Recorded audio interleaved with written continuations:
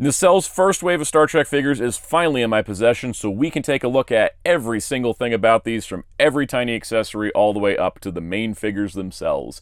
Minor spoilers for shows that are 20 plus years old at this point. We're going to deep dive into Nacelle's Star Trek Wave 1. It's morphin' time!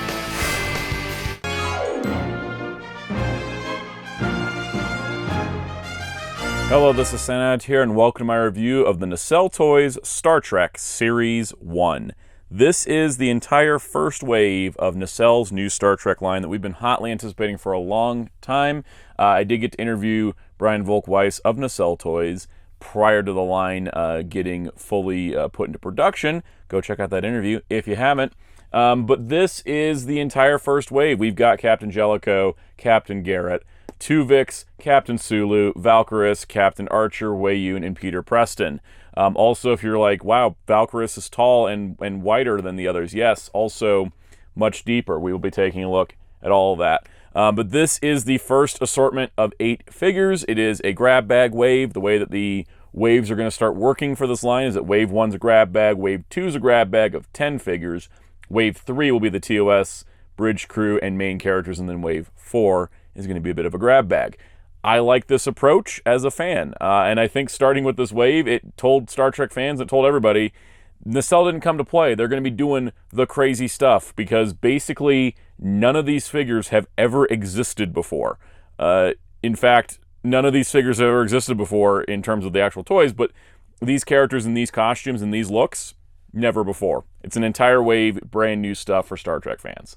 So we're going to be breaking all the figures down, going through every accessory. I will also say up the top, these are all $28.99 a piece, which includes Valkris, who got a bunch more accessories, but all of them are priced at $28.99 USD, and that is amazing at this point in time. It does help that Nacelle's main business isn't toys. This is a fun side venture that we get to all benefit from. So we'll be going through all the figures in this exact order, because they actually are numbered 1, 2, 3, 4, 5, 6, 7, 8. And if you enjoy that, hit the like button, hit subscribe and the notification bell so you don't miss out on future videos. Hit the comment section, tell me you enjoyed this, and be sure to share it with your friends. Hit the hype button if it's available to you. I'm only saying all that because I want to review every single wave of this line, and the audience showing up to support it, make sure that happens. So I appreciate all of you out there that do that. But let's get to it. We're going to start with figure number 1, which is Captain Edward Jellico. So Captain Edward Jellico hails from Star Trek The Next Generation, specifically the 2-parter Chain of Command, where he took over command of the Enterprise D from Captain Jean-Luc Picard, who was on a mission under the occupation of the Cardassians, where he had to figure out how many lights there were in the room. It is a very interesting episode about psychological torture, but also about the chain of command when a new captain would come on board a ship, and so he ruffled a lot of feathers. Jellico would then later appear in the Star Trek Prodigy animated series in an excellent role as an admiral, and it was fun that they brought back actor Ronnie Cox to reprise the role. And that's kind of the fun part about Star Trek. You never know when somebody might pop up yet again. Now, of course, he is figure number 1 of the series, so we are taking a look at him, and it kind of helps he's in a standard Starfleet uniform, so we have looking at a standard body, but his accessories are kind of nutty. In terms of packaging, as you can see, there's a quick little bio on the back, which I always appreciate, and then it shows everybody else in Wave 1. We are going to, I'm going to take a quick look for you at the interiors of the box, since this is a brand new line, assuming I can even get the bottom part open, because now it's not wanting to, there we go. This is how they're packed. So we've got a nice Starfield tray in the back, got the figure here, and then we've got a clamshell packaging design. So that holds everything in place. And you can see that, yes, he comes with part of a building. All right, so here we have Captain Jellico. Now, the cool thing about these figures is that we get characters we never got before, like Captain Jellico. But then the cool side benefit of starting with him is that we do have kind of our standard TNG uniform body. Now, we don't know exactly yet if we're going to be getting unique sculpts for every single crew member. Based on how kind of nutty Nacelle has been so far, I would say yes, it's a high possibility, so that way scaling and accuracy.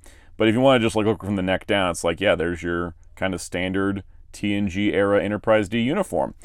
The cool part too is we do have the likeness of Ronnie Cox as Jellico, so let's take a look at a side-by-side with him from the series.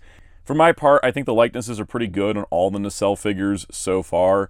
I've actually been pretty happy with them. They look better in hand than they do on camera, which is kind of a... It sounds like I can't really prove that, and I really can't. You kind of have to see them in person. But some of these, they look really weird when you photograph them or you put them in video, but then you see them in hand and you're like, yeah, it's a much better likeness. They're not like the photo real type likenesses, but I think it works. I think it works overall. I like it. Now, another big question that came up when these got revealed and talked about was, are these in scale with previous Star Trek figures? And it was discussed, I know initially, Brian Volkweiss and the team at Nacelle were saying that he kind of wanted to do these in the size of the Art Asylum Diamond Select figures. And I don't have every one of those figures. I do have a TNG Riker. And these are definitely not that size. And I'm actually grateful for this because I don't like the big size on the Art Asylum figures. I like figures a little bit smaller like this. We'll compare the Nacelle size to other action figure lines from other companies. But yeah, let's bring in Deanna Troi, who is also a prominent character in that episode 2-parter, and you can see that, yeah, these two scale nicely to each other, but yeah, these are kind of their own scale for Star Trek. I'll compare these, of course, to other figure lines from Star Trek, prominent ones after, but these were, they weren't advertised as scaling with the old company's line, that's for sure, but they aren't exactly the same height as the old Art Asylum figures. But personally, I'm okay with that. Take it or leave it on your own personal engagement there. And especially because we are getting the main cast crew members from each series, it's totally cool with me if we just start a new scale, because I think these are a lot nicer too. One of the things with the old Diamond Select figures, if you couldn't tell from me having to hold poor Deanna up, but like Riker, for example, he's got lateral shoulders, they move out a little bit, elbow bend, bicep swivel, wrist swivel, head ball joint, no waist, hips that move a little bit forward, they don't move out, knees that bend, and then ankles that pivot only forward. They were very limited. They were nice sculpts, but they were very limited action figures. But Nacelle has gone through all the processes of other lines they've done, and these things are pretty decked out. So you've got a nice ball-jointed head with the ball joint at the top of the neck. You got shoulders that move out, shoulders that 360, a bicep swivel. It's cut so it doesn't break the sculpt too much. You got a bicep swivel. You got a double-jointed elbow that moves all the way up. You got wrists that pivot in and out as well as rotate. You've got a waist swivel, nice and chunky, hips that move out, hips that move forward just a little bit on Jellico, and then thigh swivel, double-jointed knee, as well as an ankle that moves forward to back and left and right, restricted a bit by the pant leg.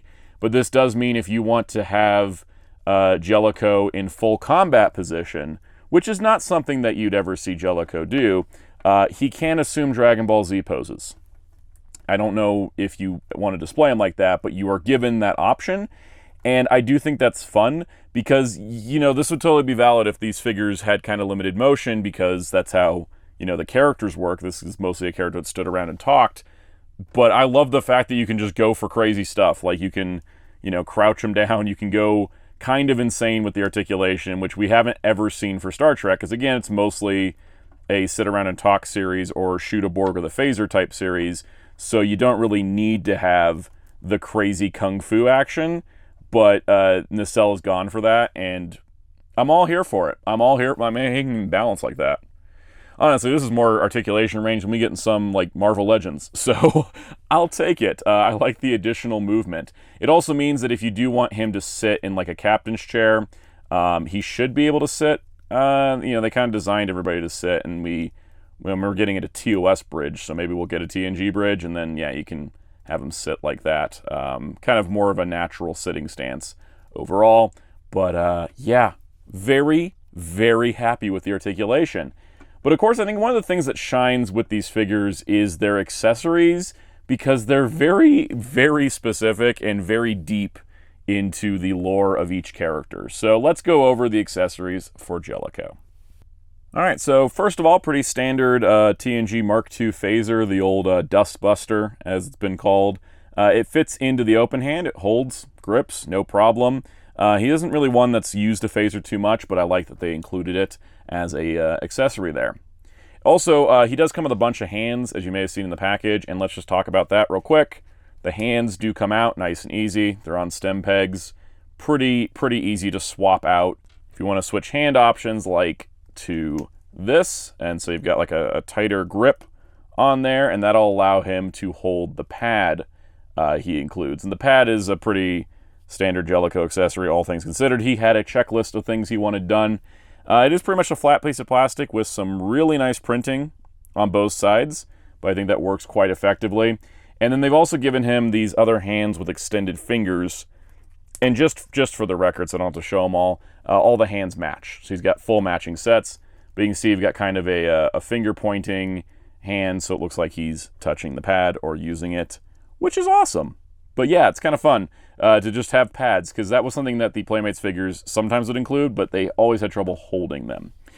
Adding to this, he does have a couple other accessories. You do get the artwork that his son made for him, which you can see he can hold. But this is kind of neat. It's like the artwork of the elephant drinking and stuff. It's pretty nice, very character specific.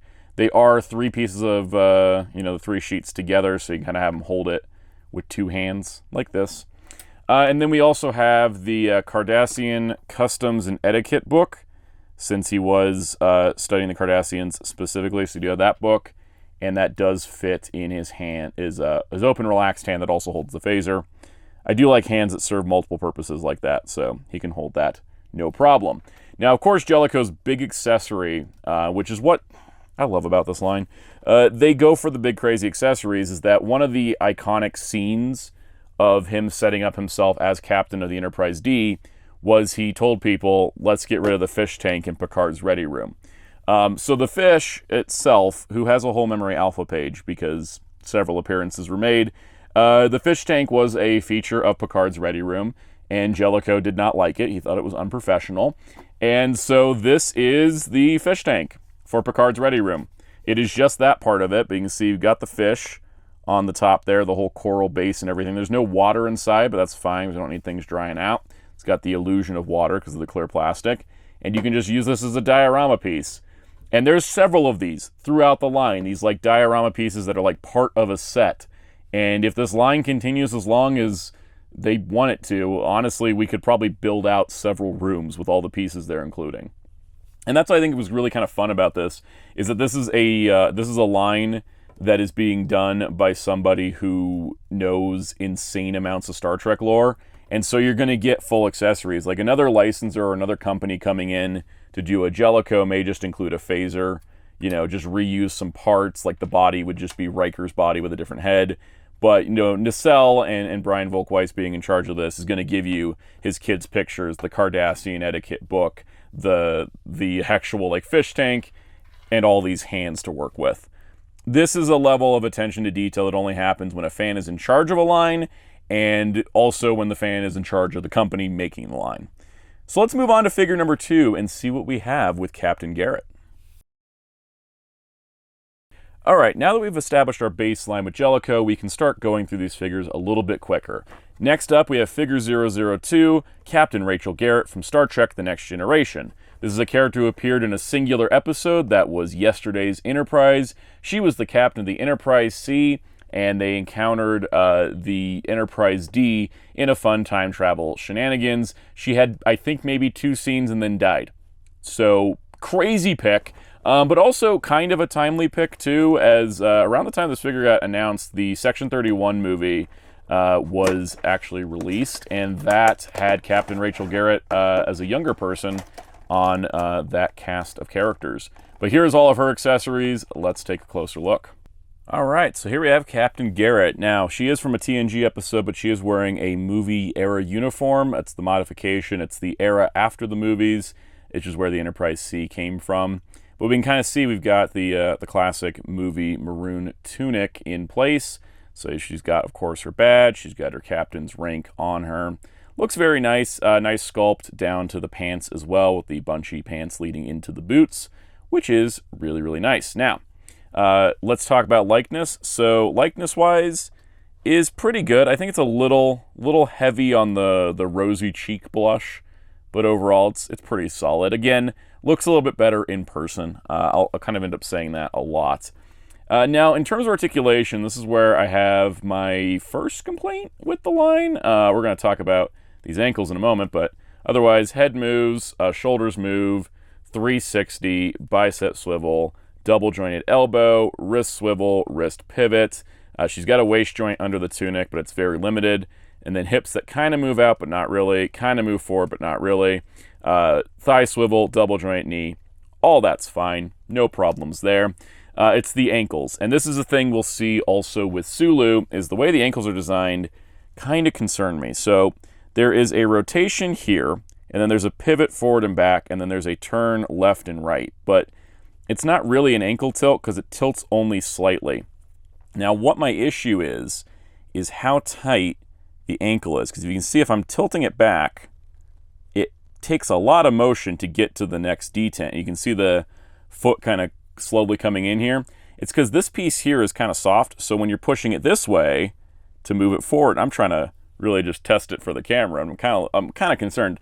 It takes a lot of force, and then it takes a second for it to kind of slowly mold back into place, and there's really only like 3 positions, and maybe 4. So we got like, that's as far back as it goes, and it clicks, clicks, clicks, clicks, and so that's the whole position range you got.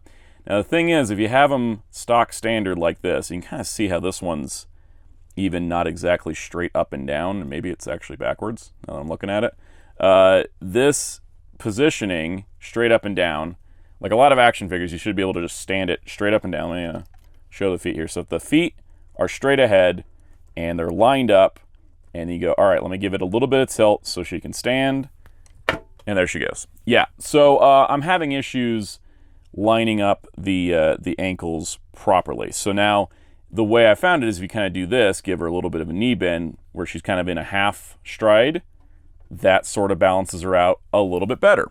And then now we're good to go there, right? So this is kind of like my only major complaint, or it's my first complaint. I want to, I'm doing a fair review here, right? Because first of all, I did buy these, so I'm not under any obligation to glaze them up or anything. The thing is that, I like the figure, but these ankles I feel like could use another tweak, and I'm kind of hoping that, when we get more characters in this style, in this uniform style, we can tweak the ankles a little bit, because I will talk about it when we get to Sulu, but I also have the same issue with Sulu of like, oh boy, it's hard to balance them out overall. Now that being said, she does come with a bunch of accessories. Now she wasn't on screen that much, right? She's got a very limited screen time, and so her accessories kind of reflect that. But we have context accessories, like here's a phaser that is like a movie era phaser, right? So you got that going on, which kind of makes some sense. She also comes with a TNG phaser, the Dustbuster, which I don't even remember her using, but maybe she did. She also comes with a movie era communicator.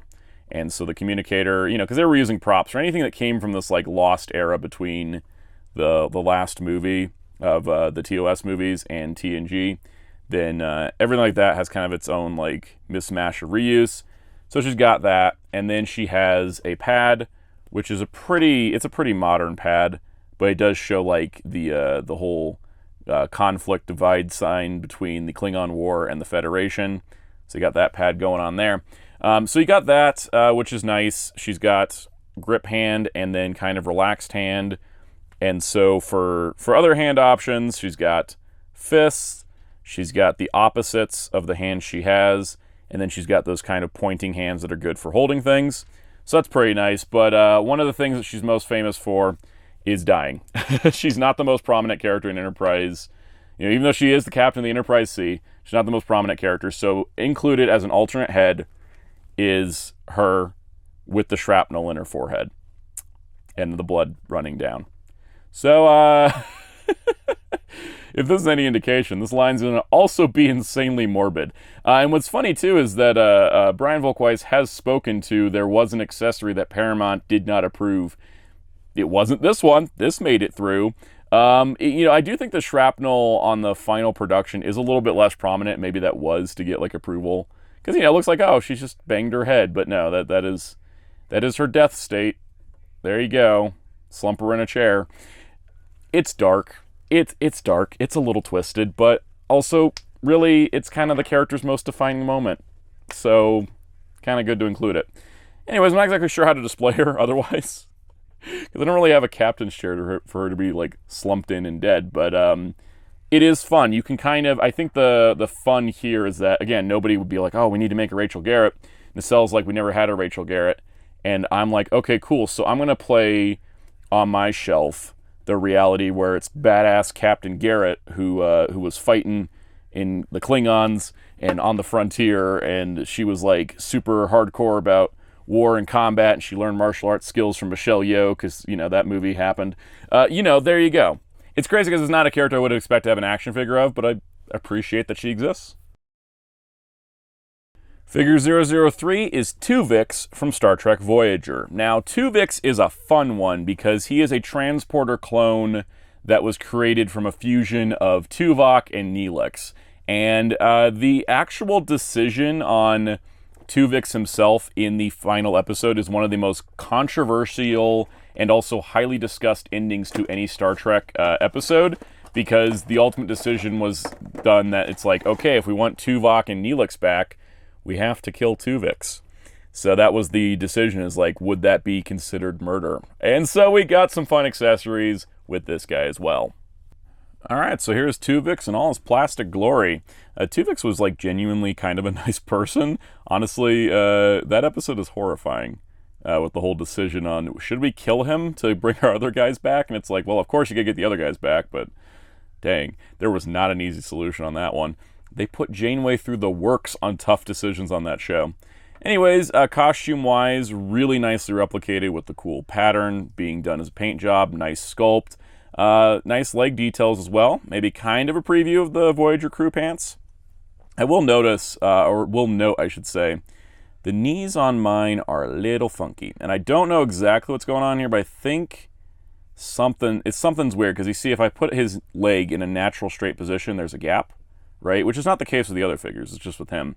And then you also see that I can get his leg to do that, which seems a little weird. And you also see it's not quite consistent with the leg over here, because if I straighten that one up, straight up and down, slight gap, but not like a huge one, just a weird little QC thing. That's what I'm going to chalk that up to.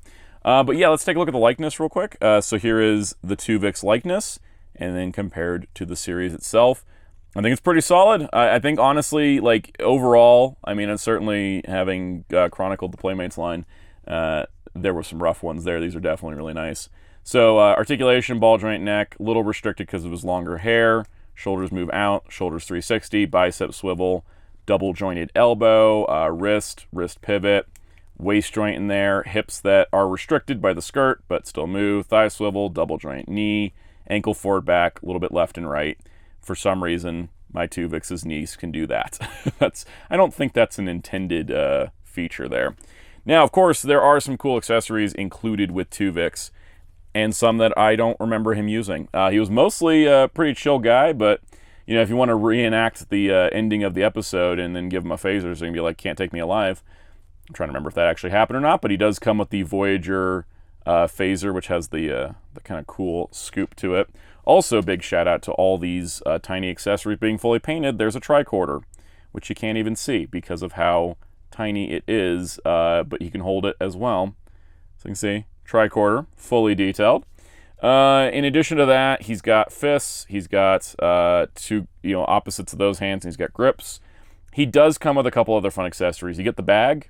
This is like a standard issue Starfleet, like, carry your things bag, which always seems a little inefficient because it is like, not exactly a bag, but he does have that. So you're all set if you want to have him leave the ship. And then the last two accessories are what we call very episode specific. First of all, here's the plant that caused all the problems. This plant coming up in the transporter with Tuvok and Neelix is what caused them to get fused. And then it's kind of fun because actually this came back around in Lower Decks. But yes, this is the actual plant that caused the problem, so that's a fun accessory. And then, just like with Captain Garrett, also, okay, so this is a side note because I didn't quite clock this. Obviously, Tuvix, darker skin, they just use the same type ball joint, the default color there, not the same skin tone. It's a good thing you can't see it, but I'm not trying to make a big deal out of nothing. I just think that's an odd observation. Anyways, he does come with an alternate head, and this head is an alternate expression, which is pretty much what he looked like when Janeway told him he was going to have to die so they could get the other two people back. Death heads. There's multiple death heads in this wave. We're still not done with them. So anyways, if you just want to have Tuvix enjoying a good time, you can put his normal expression back on, and he can look like a happy, positive fellow. Let's give him the tricorder because, you know, he's not really a violent guy, you know, so there's that. But there we go. Kind of fun, again, that our first Voyager figure in the line is Tuvix. Famous enough to get a figure, in my eyes, and happy that he did get one. Figure 004 is Captain Hikaru Sulu from Star Trek VI, The Undiscovered Country. Yes, we have gotten Sulu figures in the Monster Maroon uniform from the movies before, but not as Captain Sulu, only as Commander Sulu from the prior movies. But this is, you know, the Captain version from Star Trek VI, one of my favorite Star Trek movies. And they decked him out with a ton of accessories that is actually making this a good dual-purpose figure. Alright, so here is Captain Sulu. Now this is nice because we can get a look at what a Monster Maroon male uniform would look like. That's why they're called the Monster Maroons, because they're maroon. But let's take a quick look at the likeness. I think it's pretty solid. We've had a lot of Sulu figures over the years. This is one of the better ones. Does look a lot like George Takei did in that final TOS movie.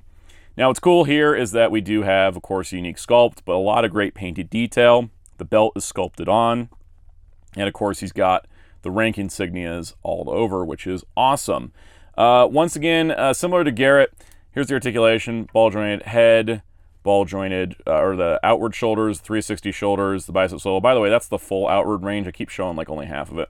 Bicep swivel, double-jointed elbow here, wrist swivel, pivot in and out, slight waist swivel, hips that move out, forward, not so much back, thigh swivels, double-jointed knees, and then the same ankle joint setup as Garrett. So you can see how it's got kind of the same range, it's got the same kind of left and right, the same boot rotation, the same balance issue. Yeah, I don't like it. I don't also know how to re-engineer it. I just review toys, I don't manufacture them.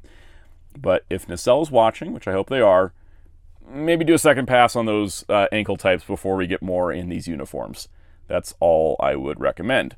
Now, that being said, Sulu does have a lot of really cool accessories. So because this uniform was used for 2 different films, right? Or 2 different looks for him. So it started in Wrath of Khan was when we got these uniforms. And these uniforms ran all the way through Star Trek VI, and they even show up in like later flashbacks and stuff. So what we have here is we have a really cool accessory loadout. Because if you wanted this to be Star Trek VI Sulu, you can give him the Star Trek VI communicator, right? Which we kind of saw with Garrett, so that makes sense.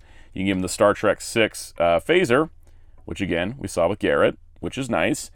But if you want to make this a Wrath of Khan Sulu, you also get the Wrath of Khan communicator, which was much bigger, bulkier, and good for yelling Khan into.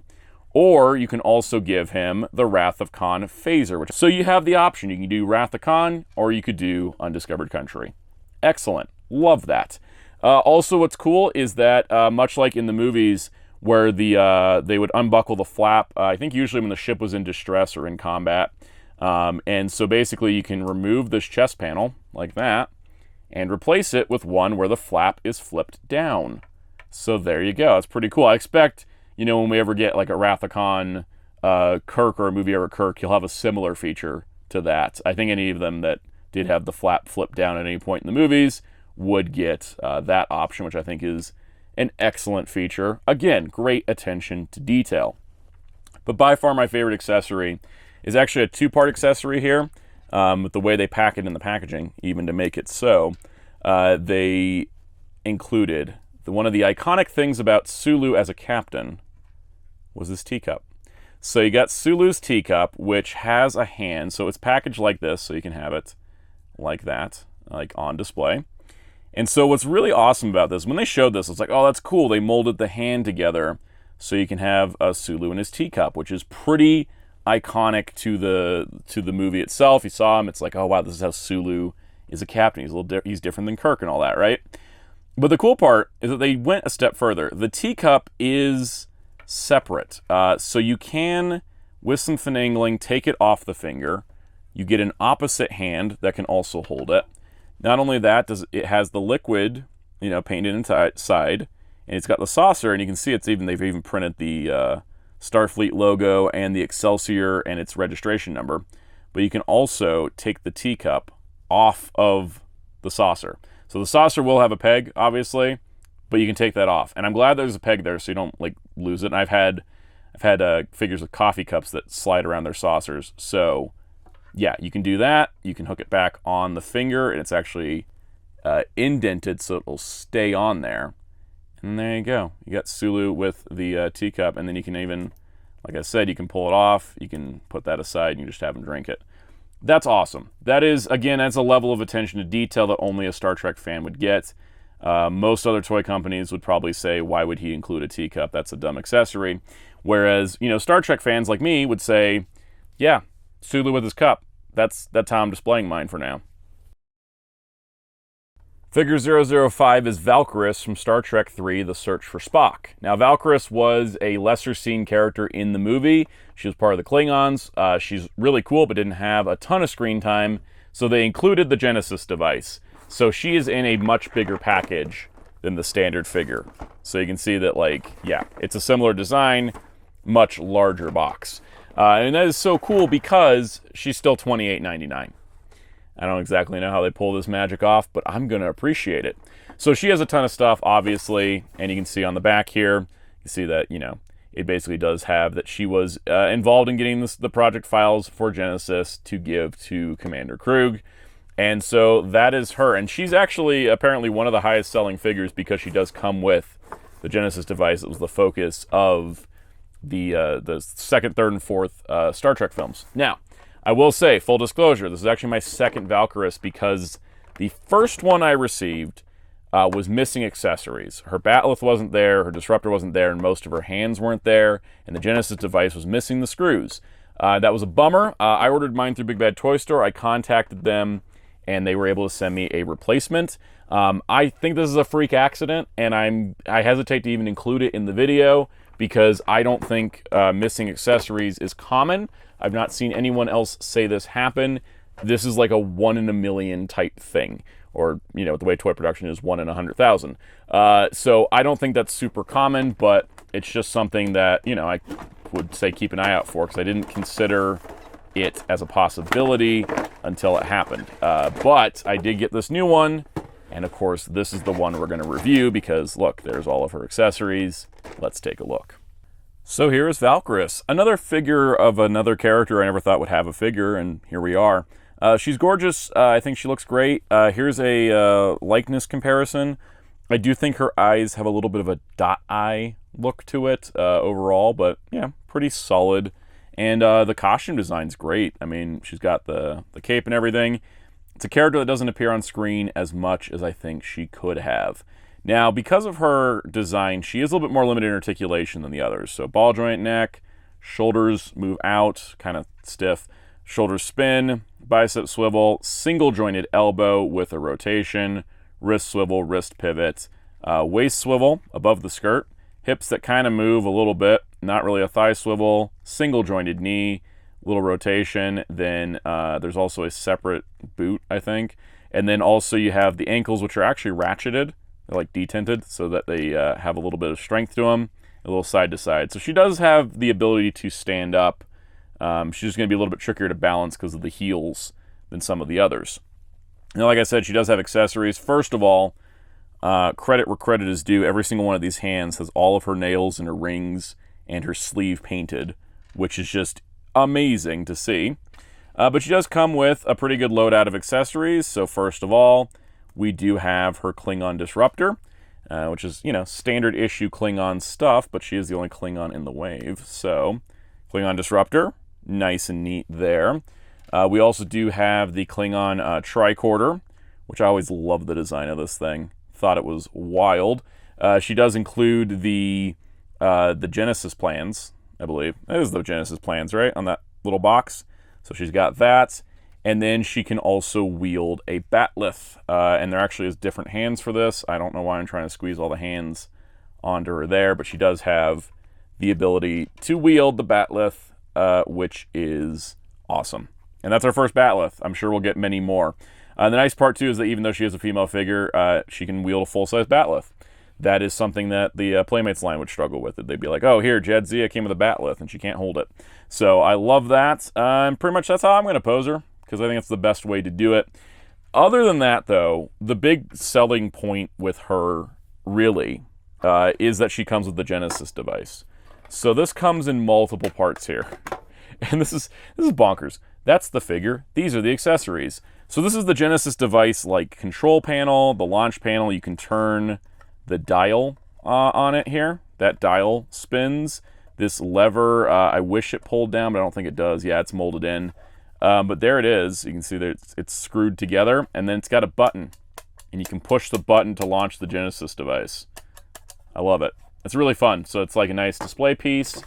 And then the device itself, here is the housing, which splits open. So you can see the device itself inside. And then there it is. And what's cool is that we've gotten the Genesis device before from Playmates, both the launch terminal and the device, but they were scaled down. They were tiny little pack-ins with con. So here's a full-size one. And then also, I don't know if it's intentional, but this part does slide out from the tube as well. So you can see the internal workings of the Genesis device. And then the tube itself is molded and painted. And this all goes together. And then this silo piece comes around it, closes it up. So it's all ready to go. So I gotta tell you, it's crazy because Valkris on her own is a very nice figure, and she comes with more accessories than she even needed to. But then to make sure the package was beefed up and really give us something cool, we got the whole Genesis device with her. That makes her the best worthwhile package at that $29 price point. Figure number 6 is Mirror Jonathan Archer from Star Trek Enterprise, the episode In a Mirror Darkly. So in the Mirror Universe episode of Enterprise, we saw Archer take on the Green Tunic and board the USS Defiant, or the ISS Defiant, which led to him getting the ISS Enterprise. It's the ISS Enterprise in X-01, but he was on the Defiant, and so he gets to wear the TOS Green Tunic. The cast, I'm sure, had a fun episode where they're like, look, we're doing TOS stuff. Because, you know, they got to have the set design and the costumes and everything. And so this also means here's our first TOS-style uniform figure. And he is packed out with accessories. Let's take a look at Mirror Archer. All right, so here we have Mirror Archer. This is fun because Captain Archer doesn't get that many figures due to kind of the general lack of popularity for Enterprise, which is a shame because I think Enterprise is a great show. But yeah, we don't get much Enterprise merch, so it's nice to get Archer. But it is kind of wild we're getting Mirror Universe Archer from A Mirror Darkly, where he's in the Green Tunic. Kind of maybe a preview of how the Green Tunic will go for Captain Kirk. We shall see. Very nice, though. I mean, it's got, you know, the nice, like, costume designs. It's got, like, the badge, the badge symbol pinning it down there. It's really cool. I mean, they even got the fold in the fabric on the backside, which I think is awesome. And the pants are also very well done. Let's take a look at likeness, because it's solid. It looks weird in photos, and it looks weird. It looks kind of weird in video, but it's pretty solid. I mean, it's not the most perfect Bakula likeness, but it's overall pretty solid. Scott Bakula, of course, is what I mean by Bakula, because I am trying to review these things with, you know, a broad sense of understanding of Star Trek, but, you know, if you're just watching these to be like, hey, are the toys good?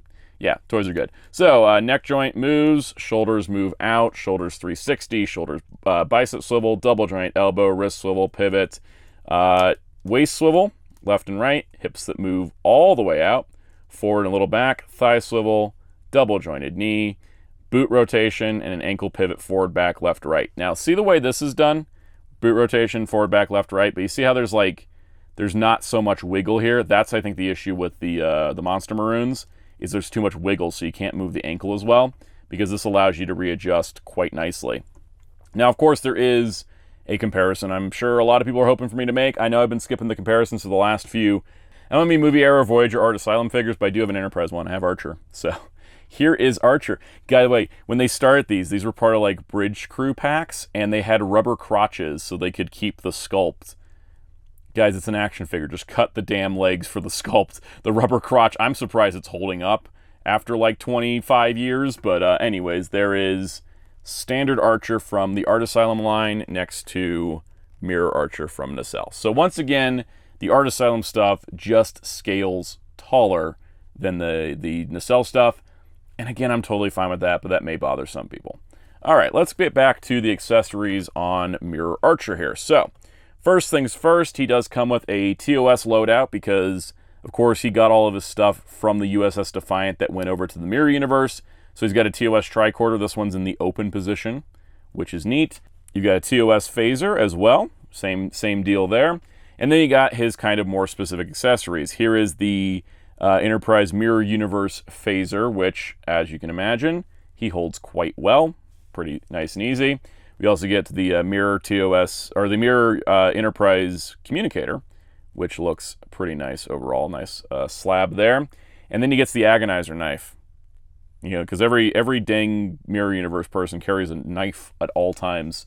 And then the other accessories are very specific to the episode. If you've seen the episode, you'll know. You got the drinks. So you got 2 cups of drinks there.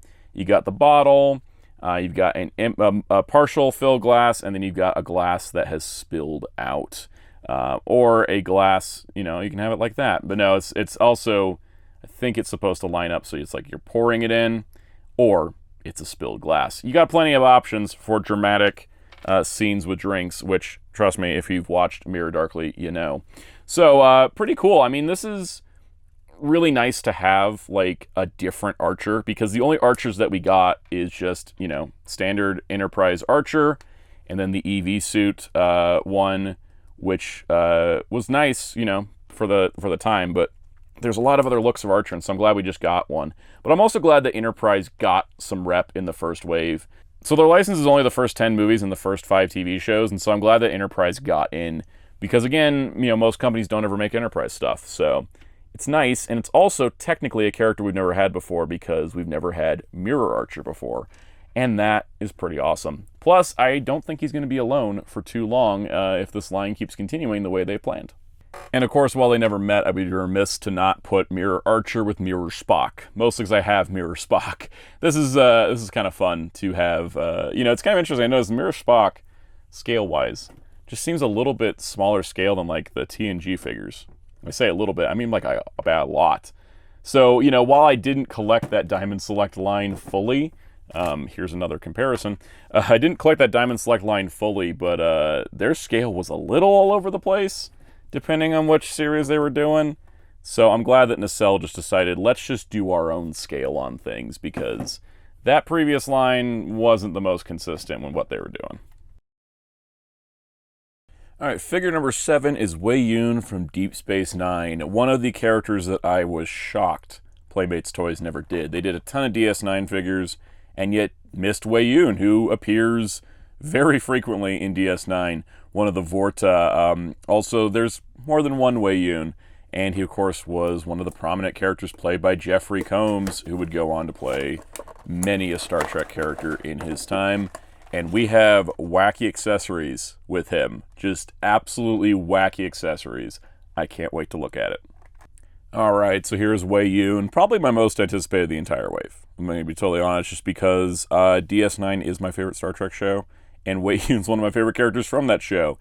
He is a dastardly dude.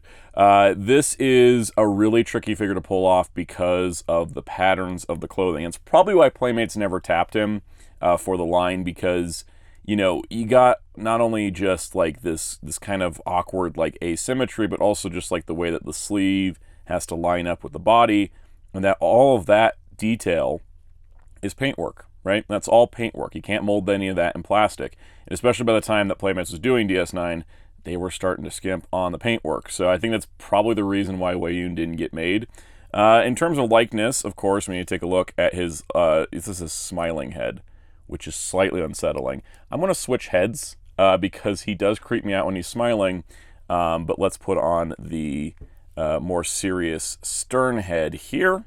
Okay, so then that way we can do a better likeness comparison. He has a very pale complexion as well, which is making him a little hard to focus on camera, but yeah, I think it's pretty good. It's pretty solid. I look at it, I'm like, yep, that's Weyoun. Yeah, because the smiling head is just a little unsettling because he's smiling. It's, you know, I don't know, smiling heads on action figures, always tricky to pull off, but I think the point is for it to be unsettling. And in terms of articulation, of course, you got the ball joint like the others. Pretty much the same articulation across the board on this line. You got the shoulders that ratchet out, 360. You got a bicep swivel here. You got a double jointed elbow, which works really, really well. Wrist pivots in and out. There is a, there is a waist swivel, a little limited. Hips that move out and forward. They actually have more range in some of them. Thigh swivel, double joint knee, and then of course an ankle pivot as plus a forward and back. It's just a little bit limited again because of the pant leg. But this is not a high action character once again. It's kind of just not like in Star Trek's thing to have high action characters, but if you want combat combs, you can get combat combs. Look at that. He's all ready to box. So anyways, let's get to his actual accessories of note. So first things first, one of the probably most obvious accessories for Weyoun or for any of the Vorta, which is, their ships are controlled by these headbands, and the headbands have like the eyepiece on them. And so that just clips right over the head, fits on either head. So if you want them smiling while piloting the ship, you got that option as well. But that's pretty nice. That's pretty straightforward. You got, of course, because the Vorta control the Gem Hadar through the drug Ketracel White, you do get 3 Ketracel White tubes, which I think was really, really neat as a bonus. And then also the box that the Ketracel White is kept in. It's like one of the containers. It doesn't open. It is one solid piece, but it's a pretty neat prop to have. And if you want, you could just kind of like lay the Ketracel White on top. If you want him to hold it, of course, we do have holding hands, but the holding hands are, we got these wide grips. So the wide grips are too big to hold this, but we do have these, which kind of remind me of Sulu's cup hand, and that'll allow him to there should be a way to, yeah, there you go, like that. Hold him like that. Now, of course, because this line is bonkers, he also comes with the pizza. So this was a thing he was testing. He was tasting the replicator options, the Starfleet's replicators, and so he tried everything, including pizza. And he was using chopsticks to eat the pizza, and so he just stabbed a pepperoni to eat it. This is like such a short thing in the episode, but it did lead to a conversation between him and Odo about like what the actual Vorta do eat. So if you want him with the pizza, this is probably the best hand to use, just so he has like a way to stab it.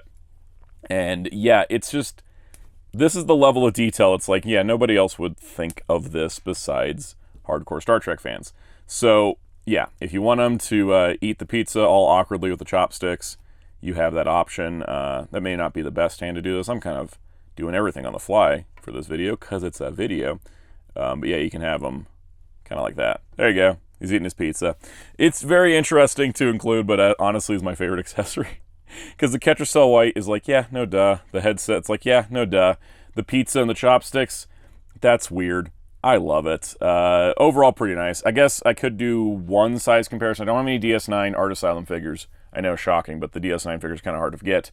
But here is Picard in the gray uniform, as well as Beverly in the gray uniform. So you can see, first of all, the scale between the two of them is a little off, but yeah, you can see that. Again, once again, Art Asylum figures are larger than the Nacelle figures, and I like the Nacelle size a lot. I think they're a good balance between sizes. I just really do like the way they feel. They don't feel too big, but they don't feel too small either. Figure number 8 in our final figure of the wave is Peter Preston from Star Trek II, The Wrath of Khan, also known as Scotty's dead nephew, if you watch the director's cut to find out it was his nephew. Yeah, this was, in the original theatrical cut of Wrath of Khan, this is just a poor engineer who died. But in the director's cut, we find out that, yes, he actually, in fact, is Scotty's nephew, which is why Scotty is extra upset about his death in the movie. And it's crazy because all I'm talking about is his death, because that's pretty much literally the only thing this character is known for. He was not introduced for any other reason but artificial sacrifice. Or not artificial sacrifice, plot-related sacrifice. Point being, he had to die in order to kind of make an impact, and so this is a very interesting figure to make. But it is the first time that this engineering uniform from Wrath of Khan has been made as a figure, to my knowledge. Alright, so here he is. Here's Peter Preston. I don't have any character anecdotes, really. But, as a figure, he's very interesting because, a lot of the TOS movies, especially the early ones, went for kind of a very much contemporary sci-fi aesthetic. It's like, this is something like a spacesuit you'd kind of see from science fiction of the era of the 70s and 80s, more so than like something uniquely Star Trek, right? Which is kind of what some of the more modern stuff sometimes tries to do, especially in the 90s Trek. They kind of went, were like, let's make our own sci-fi, but then also would have clothing like Weyoun's, which is like, yeah, that's just very 90s fashion. It's actually kind of the things I like about Star Trek is that while it's an ongoing continuity and we jump around the timeline at times, I do like that like the production design reflects the era it was created in. So while things don't always gel, it makes it very obvious when it was made, and I think that's kind of a really cool thing. So, you know, this is like opposed to some other sci-fi franchises try to keep things completely within themselves. I do like Star Trek's kind of mixed aesthetic, and this is like one of those things where it's like, yep, that was definitely an early 80s spacesuit design for an engineer. This is all to say I have nothing, again, to say on Peter Preston as a character, but I find it fun that we have an action figure of him. So let's take a look at the likeness real quick, because, of course, we've been doing likeness comparisons this whole time. Yeah, it's pretty solid. I mean, you know, you could have gotten it completely wrong, and most people wouldn't have noticed, but still, that's the important part here, is that the details are correct. So ball-jointed head, shoulders that move out, shoulders that move 360, bicep swivel, which is a little limited because of this little patch thing, but it moves on the other side good. You got a single-jointed elbow, an elbow rotation, wrist swivel and a wrist pivot, waist joint, hips that move out. I do like how the side panel gets all the way under the hip, so it's not restricted. Hips that move forward, thigh swivel with this being attached to the hip part, knee, double joint knee, and then you got ankles that pivot forward and back, left and right, and then also swivel. So no problems posing this guy. Again, you can pose him in crazier poses than he ever was in before. So you've got that going on. That's awesome.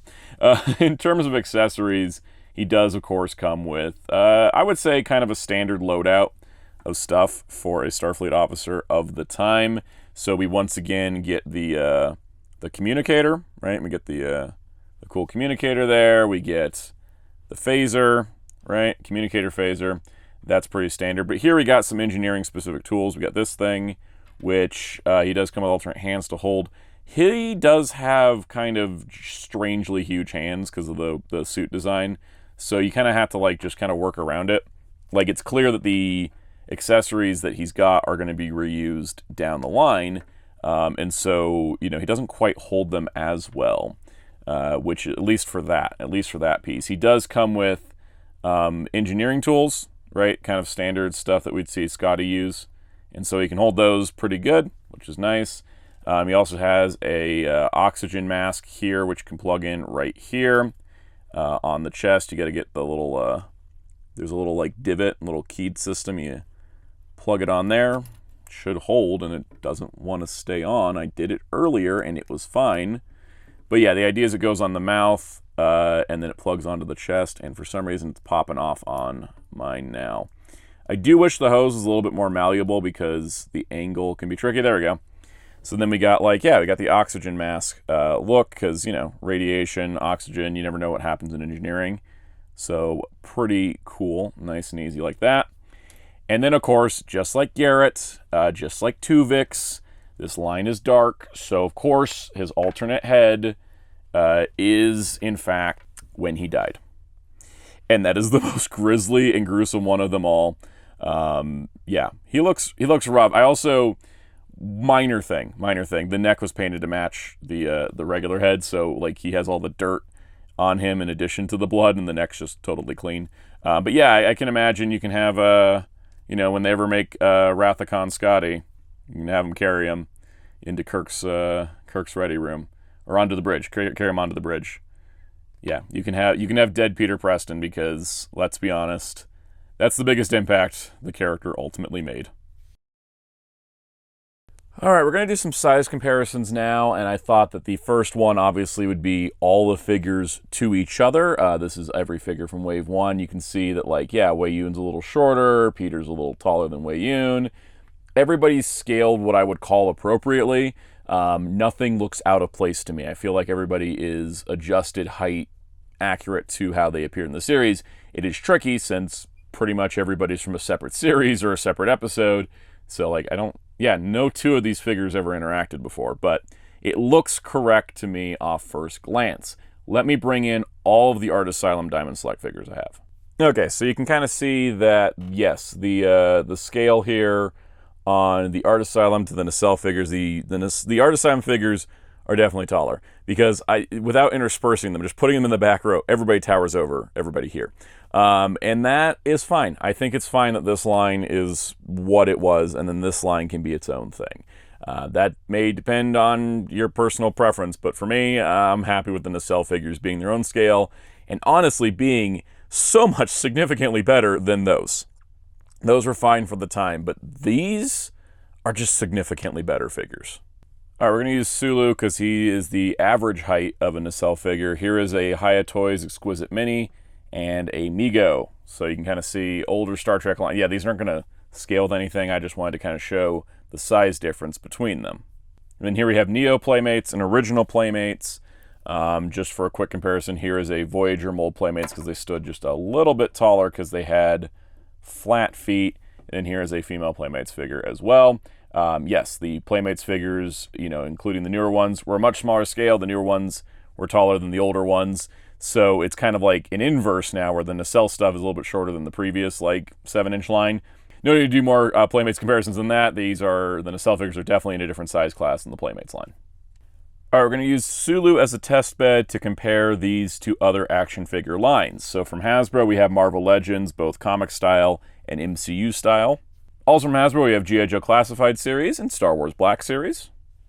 From Mattel, we have Master of the Universe Chronicles, and from McFarlane Toys, we have DC Multiverse. And then from Bandai, SH Figuarts and Dragon Stars. So overall, my thoughts on Wave 1 is that these are excellent. If you're a Star Trek fan, especially a hardcore Star Trek fan that's been collecting for a long time, you probably will be happy with at least one of these figures. This is amazing. I don't know if everybody's going to buy every single figure. Naturally, a lot of these are very weird, but I'm appreciating the boldness that this is the first wave, right? The most prominent character is Sulu, followed by Archer, and they're both versions we've never gotten before. Everybody else is a bit more of a random character for a lot of people that most people won't be able to recognize. I appreciate that boldness. I also appreciate that Nacelle has shifted their initial plans and now are including an entire wave of the TOS Bridge crew, and they're going to be doing, some more prominent characters again in looks we don't get in Wave 2 and onward. Like Wave 2 has a Kirk in it, but it's a Kirk we've never gotten before. So I am very, very, very excited for more of these figures. I'm excited for the Bridge playset they're doing. I'm excited for everything that Nacelle is doing with Star Trek. And now, finally having the figures in hand and being really pleased with the final result, it's made me more excited to see more figures in the future. And if you're also excited and want to see me review Wave 2 and onward, be sure to subscribe to the notification bell, hit the like button while you're down there if you haven't already, hit the hype button if it's available, leave a comment, share it with your friends. It took me a little bit longer to do a review of these than other YouTubers did, but that was because I wanted to make sure I deep dived it correctly, and I also had to wait for my Valkris replacement to make sure she had her accessories. So hopefully Wave 2 will be a smoother rollout. I know Wave 1 had some QC issues, and so they went back and fix those before shipping them out to customers. I'm glad to see that a company caught QC issues before it shipped out to everybody instead of after and having to be called on it. So props to Nacelle for pulling that off. And I'm excited for Wave 2, and hopefully things will be smooth sailing from here on out. And stay tuned, because I do want to review Wave 2 and on. These are amazing. And on that note, if you want to join our Discord server to continue the conversation, you can join using the link below.